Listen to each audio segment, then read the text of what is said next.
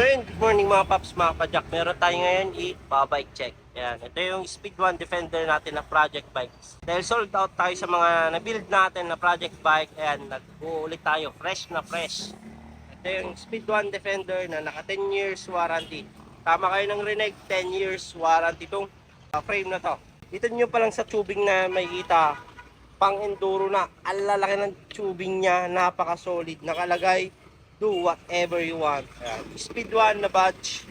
Meron din support para sa seat post tube niya. Nakalagay naman dito sa baba niya. Ayan, trail enduro, do whatever you want. Speed 1 Defender nakalagay. Version 1 to, naka-ready for dropper post na rin siya na internal cable. Meron din siya lagayan ng chain guide. Ayan. Isa-isahin natin yung mga parts na nakakabit dito. Tapos yung presyo, sa mga nagtatanong ng how much, panoorin nyo itong video na to. Sa mga nagtatanong ng specs, panoorin nyo rin itong kabuuan ng video. Ipapakita ko sa inyo lahat ng specs na to. Unahin na natin dito sa headset nya. Mountain Peak Seal Bearing Headset, Pops Pro 2 stem, Pops Pro 2 handlebar. Itong stem natin at saka handlebar, ito yung mga match naka mid-rise handlebar. Ayan, no? Itong stem na to, handlebar, seat post, magugulat kayo, naka lifetime warranty. Kami lang meron yan na lifetime warranty sa presyong sulit. 650 lang yung seat post. Yan. Makikita nyo naman, bagay na bagay sa enduro build natin, yung stem tsaka sa handlebar. Ito naman tayo sa handle grip. Pops Pro 2 handle grip na naka anti-slip. Bakit nga ba? Payat na pataba para hindi dumudulas yung kamay mo.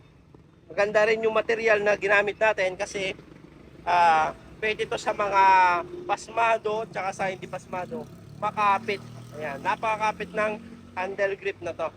Ginamitan natin ng Shimano MT200, Shimano Jore M6100 at ito pa yung isang matindi.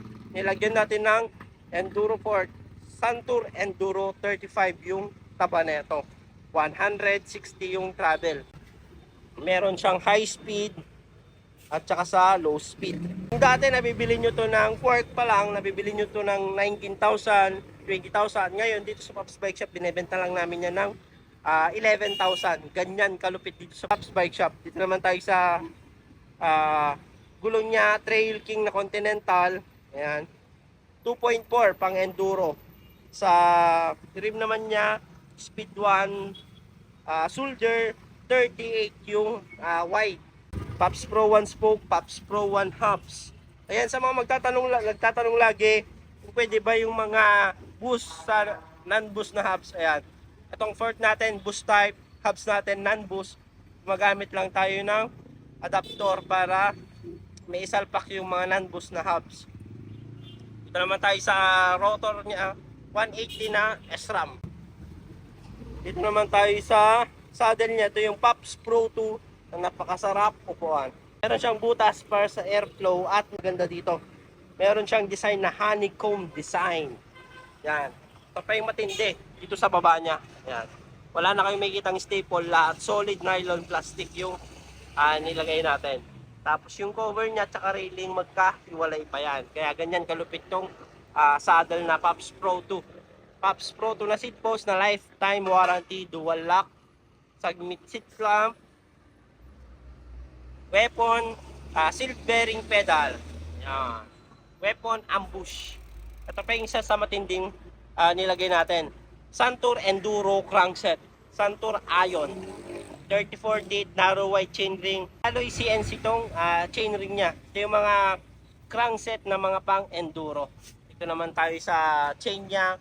M6100 chain. Jore M6100 na RD. Siyempre may clutch yan. Meron din tayo nakalagay din weapon 1152. Mas malaki pa sa Shimano. Itong dalawang malalaki niya aluminum. Siyempre di mawawala yung sound check. Ayan. So sa mga magtatanong magkano nga ba yung build cost nito, inabot to ng 47,000. Ibenta natin ng 43,000 discounted price.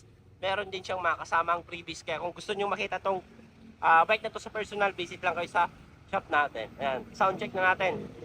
Ayan, ganito siya katindi pag ginagamit nyo na yan. Ayan, ganyan siya kaingay.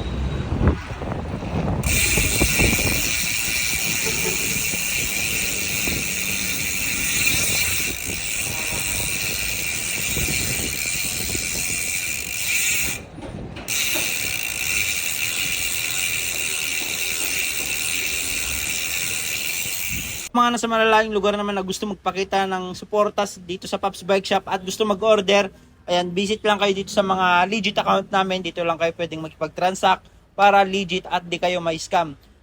Visit lang kayo sa TikTok, Shopee, Lazada namin. Pops Bike Shop Official. Ayan, ito yung mga legit account namin. Jason Bike Parts, Bikers Need. Thank you mga Pops, mga kapadjak. Ayan, dito na kayo makipag-transact at mag-order. Thank you.